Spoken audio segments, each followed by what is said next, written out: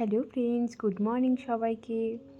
আজকে সানডে, তো ছুটির দিন, তাই সকাল সকাল তোমাদের দাদাভাই বাজার থেকে নিয়ে চলে এসেছি ঘুগনি আর পুরি। তো আমি পুরিটা খাবো আর তোমার দাদাভাই খাবে দই বড়া। তো সেই জন্য ওর জন্য দই বড়া নিয়ে এসছে। দেন ব্রেকফাস্ট করতে করতে আমার একটা ফ্লিপকার্ট থেকে পার্সেল ছিল, ওটাও চলে এসছে। আর এদিকে দেখুন মেয়ে কেড়ে নিয়ে চলে গেল। তারপর এই যে লাঞ্চে বানিয়েছি আজকে দেশি চিকেন আর ভাত, সিম্পল রান্না, আজকে আর কিছু বানালাম না।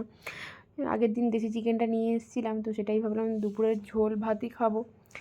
দেন লাঞ্চ করার পর, লাঞ্চটা তো পুরো জমে গেছে, আর লাঞ্চে এই দেশি চিকেনটা ভীষণ টেস্টিও ছিল। তারপর লাঞ্চ করে উঠে একটু কোল্ড ড্রিঙ্কস খেতে ইচ্ছে করলো। এগুলো যখন ফ্রিজে থাকে তখনই খেতে ইচ্ছে করে, না হলে ইচ্ছে করে না। তারপর কোল্ড ড্রিঙ্কস খেয়ে একটা আইসক্রিম খেতে ইচ্ছে করছিল, তো ফ্রিজ থেকে বের করে সেটাও খেয়ে নিলাম। দেন ওর পাপা দেখুন অফিসের কথা অফিস কল অ্যাটেন্ড করছে, আর মেয়ে দেখুন ডিস্টার্ব করছে, কী বলবো।